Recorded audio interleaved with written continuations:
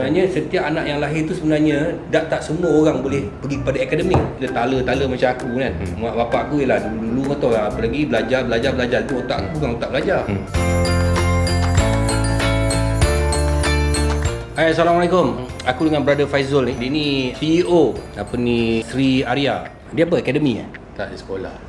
Sekolah Sri Arya, private school lah. Tapi kejap lagi aku cerita lah macam mana dia punya private school, apa benda ni kejap lagi dia cerita lah. Tapi Faizul, dulu kau asal mana? Saya asal Subang Jaya. Banyak budak Subang Jaya. Budak Subang Jaya memang ada gaya macam hari-hari hari raya. Ya Faizul lah. Asal Subang Jaya, lepas tu sekolah Bukit Bintang dan ada masuk sekolah MRSM. Belajar sampai tahun apa? Sampai biar SPM. SPM lah. Lepas tu tak sambung? Lepas tu sambung lah masuk ITM, diploma. Oh, diploma apa? Diploma Mechanical Engineering. Mechanical Engineering. Engineering Otomotif. Otomotif. Okey, lepas habis kau dekat diploma tu kau buat apa? Tak sambung ijazah? Dia sambung tu tak ada terus sambung, tapi kita biasalah ambil experience bekerja lah. Kerja pun kerja kat BMW sebagai advisor kan. Lepas tu macam mana kau mengorak langkah terus? Saya macam ni. Masa tu saya sedar yang saya ni bukan jenis kerja dengan orang. Bukan masuk kerja dengan orang lah, bukan jadi makan gaji apa. Jadi saya berhenti kerja dan saya buka jamming studio. Jamming studio? Jamming studio. Kau pandai muzik ke? Boleh lah sikit. Tapi jangan suruh nyanyi tak dia. Kira bisnes kau yang pertama lah. Business pertama, jamming studio di section SS14 PJ. Masa tu nama dia Soundstream. Berapa lama kau tahan? Tahan 3 tahun. Abang? Sebab apa saya buat banyak dalam pada ada studio tu, saya buat benda yang lain juga. Benda apa? Saya jadi saya ada workshop kereta. Saya ada opportunity buka workshop kereta. Lepas tu saya pun ada opportunity dapat projek spray bumper dengan proton apa semua tu.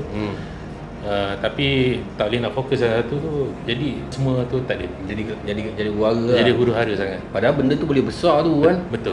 Sangat betul. Bila tak ada fokus dan kita terlalu fokus banyak benda dan itu pengajaran yang paling best. Sebab apa? Bila kita dapat satu benda tu, itu rezeki daripada Allah Subhanahu Wa Taala. Tapi bila tak fokus, dia jadi jahanam lah. Sebab dia buat jamming studio, lepas tu dia buat bengkel cat kereta, kan? Tapi tak fokus, dalam patutnya bisnes tu boleh besar, lepas tu terabai lah kan. Terabai. Lepas tu kau buat apa? lepas tu saya balik makan gaji. Kau kerja kat mana? Kerja kat kilang Kerja kat kilang? Kerja kilang. Elok jadi toke, kau kerja dengan orang. Betul lah dia. Tak janji nak survive kan. Lepas tu kau kerja kat mana? Lepas tu kerja kat kilang, ialah macam jurutera pengeluaran, production engineer lah. Tu pun tak lama lah. Sebab lepas tu saya nak kahwin. Jadi Kau nak kahwin pun tak ada kerja. sebab mak suruh sambung belajar. Habis kau sambung belajar lah? Sambung lah belajar. Kau ambil apa? Ambil manufacturing engineering.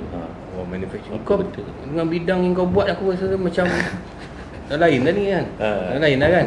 Cuma bila sambung belajar tu, maksudnya bila saya berkahwin, kemudian saya dengan isteri saya dihantar untuk sambung belajar. Sebenarnya walaupun dengar macam seronok, kita dihantar memang pergi overseas lah, UK kan. Memang hidup kat sana. Dia start dekat sana sebenarnya. Okey, sebab apa kat sana kami susah. Tu macam mana? Beasiswa yang diberikan pada kami tidak mencukupi. Okey. Contohlah dia bagi dah 500 pound lah. 500 pound masa tu 3,500 sebulan untuk dikongsikan 2 orang. Bini tak buat beasiswa? Tu biasa bersama lah tu. Beasiswa bersama? Bersama. Jadi bila bagi tu, kami hidup bayar sewa rumah saya dah 300 pound. Tinggal lagi 200 pound. Itulah untuk kami survive. Untuk nak naik bas ke universiti, nak makan apa semua, itu 200, hanya dengan 200 pound. Tapi apa kau buat? Masa tu saya buat benda, pergi cari barang-barang second hand, lepas tu saya jual kat eBay. Okey, lepas tu kau kesusahan kat sana, so kau dah nampak life sebenarnya satu benda journey yang harus diikuti oleh setiap manusia kan. So berapa lama kau kat sana? Kat sana hampir 7 tahun lah. 7 tahun? Hampir 7 tahun. Banyak perkara yang dugaan datang semua kat sana lah. Maksud dia nak erti kehidupan kan.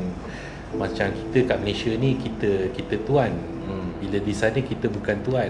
Tapi bila kita di sana, bila saya bekerja dengan orang, tapi orang hormat saya. Orang British kan, dia hormat, dia sampai tahap dia boleh buat kopi untuk kita sebagai dia bos kan, kita pekerja bawah, dia buat kopi. Jadi benda tu macam budaya yang macam saya tak boleh, kenapa macam ni kan. Sebab kita kat Malaysia ni kita lain sikit. Tapi So lepas tu kau kerja, lepas tu macam mana boleh jadi macam sekarang? bermulalah episod di mana adanya tadika yang kecil lah, tadika kindergarten yang pertama sekali kat bawah lah, yang bawah ni kan, bawah bangunan ni. Itulah tadika yang pertama kami, kindergarten. Dari situlah saya dengan isteri saya bermulanya dalam pendidikan, berniaga.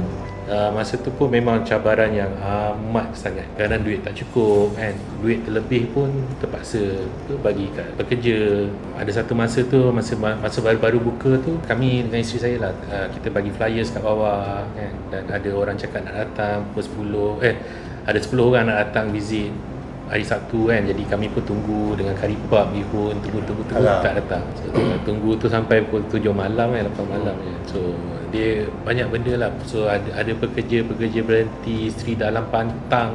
Banyak lagi perkara-perkara yang kalau kita ni sebagai usahawan orang cakap nampak senang, tapi sebenarnya tak senang. Sebenarnya Sri Arya ni kau buat apa? Tadi cerita kindergarten. Kindergarten. Kindergarten jalan lagi? Kindergarten jalan, itu tadika. Dan sekarang kami ada Sri Arya Elementary School, sekolah rendah private lah. So dalam Sri Arya ni dia punya approach cara daripada kindergarten tadi tu, macam mana kau terdetik nak buat yang macam ni punya sekolah ni? Okay. Bila kindergarten, tadika ni sampai umur 7 tahun. Okay, so 6 tahun, 7 tahun dia dah kena masuk sekolah rendah. Jadi kami ada ibu bapa daripada kindergarten ni, dia bagi tahu dia perlukan satu kesinambungan lah. Jadi dari situ saya dengan isteri saya, kita orang plan macam mana nak adakan satu sekolah yang dia punya cara pembelajaran yang berbeza. Sebab benda ni satu lagi pengalaman daripada UK.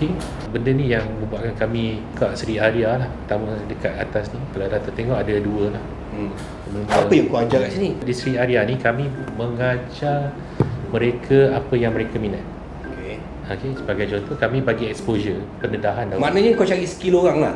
Ya, betul. Kita cari skill budak, minat budak. Minat budak tu kan, sebenarnya setiap anak yang lahir tu sebenarnya tak semua orang boleh pergi kepada akademik. Betul. Kan, itu kesilapan dululah kan. Kesilapan maksudnya kita tala macam aku kan. Mak bapak aku ialah dulu kau tahu lah, apa lagi belajar. Tapi otak aku bukan otak belajar. Jadi kalau dulu kau dah ada, aku sekarang tak tahu jadi apa aku kan. Dia sebenarnya kita ni semua otak belajar, tapi cara kita belajar berlainan. Okey. Jadi cara tu sebenarnya. Masa kat sini ada ambil peksa macam biasa tu ada jugalah.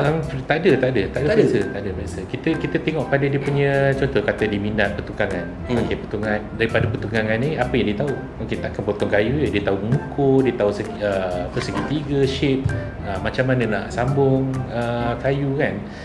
Daripada situ kita tengok kreativiti dia orang, macam mana benda ni dihasilkan. Adakah dihasilkan dengan cara terus memotong? Tak, dia menghasilkan daripada sekeping kertas. Apa selain daripada pertukangan kayu sini kau ada apa lagi? Kita ada bahagian art, bahagian seni, melukis, berwarna apa semua. Benda ni itu sehabis lah dia yang ni. Dan bahagian muzik, bahagian sains, kita ada bahagian teknologi. Diiktirafkan tu? Kita dapat iktiraf daripada MOE. Berapa cawangan dah ada dah ni? Kami sekarang dah ada 4 center. Sekolah Sri Arya, Bandar Seri Damansara di Bukit Jelutong, kemudian di Kuantan, dan satu lagi di Bangi. Berapa nak bayar ni kalau nak masuk?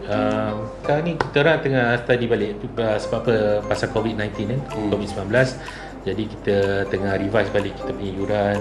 Kalau berminat boleh hubungilah. Awak dah sampai ke tahap ni daripada awak bukan orang susah pun kan. Pergi belajar, kerja, lepas tu duduk dekat overseas selama 7 tahun. 7 tahun satu masa, jangka masa yang begitu panjang. Betul. Kau umur apa sekarang?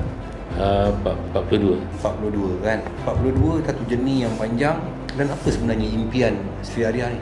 Macam kalau saya cakap lah, macam kalau saya punya impian tu, kalau saya pernah buat atas kertas, saya nak ada tadika, saya nak ada sekolah, dan saya punya plan akhir sekali saya nak ada sebuah rumah anak yatim, di mana rumah anak yatim tu diajarkan segala yang ada pada Sri Arya pada mereka.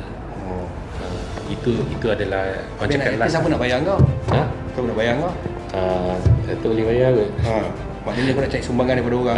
Tak adalah, kita cari sumbangan dan yelah, maksudnya betul. Maksudnya kalau katakan anak yatim, ya kita sedekah kat anak yatim, bagus apa? Kalau Sri Arya dia sebenarnya dia mengimpikan daripada tadika, dah ada Sri Arya, mungkin nak ada college dia sendiri, betul. mungkin nak ada universiti dia sendiri yang duduk atas bidang tanah yang dalam tu semua ada, Betul. kan. Jadi lepas tu dia nak ada rumah anak yatim. Dia mungkin apa yang ni rumah anak yatim yang belajar tentang ni. Jadi itu satu benda yang baik mungkin akan dikongsikan dengan orang kat luar sana, insya-Allah. Okey, itu dia bro yang mencari masa depan dia, dan alhamdulillah bermula dengan kindergarten dan akhirnya dia dah ada 4 cawangan. It's a private school. Dan aku rasa inilah satu-satunya sekolah private yang ada macam ni, betul? Saya rasa yang pertama di Malaysia. Yang pertama di Malaysia. So kita doakan brother ni, dia akan capai impian dia untuk ada dia punya college, mungkin universiti selepas ni, dan impian terakhir dia untuk dapat satu sekolah yang macam ni yang melatih anak-anak yatim. Faizul ni akan menjadi satu motivasi yang besar untuk korang kat luar sana. Sebenarnya apa saja pun bidang yang kita ceburi, pekerjaan yang kita ceburi, kalau kita nak berjaya dalam perniagaan, dalam apa pun, kita kena sabar dan melalui proses-proses dugaan-dugaan dan rintangan-rintangan yang diberikan oleh Allah Subhanahu Wa Taala, kerana itu adalah pengajaran yang paling besar. Kalau tak lalu tiba-tiba nak buat saja, takkan berjaya. Thank you Faizul kerana sudi bersama dengan Street Smart, dan harap-harap impian kau akan berjaya. Terima kasih.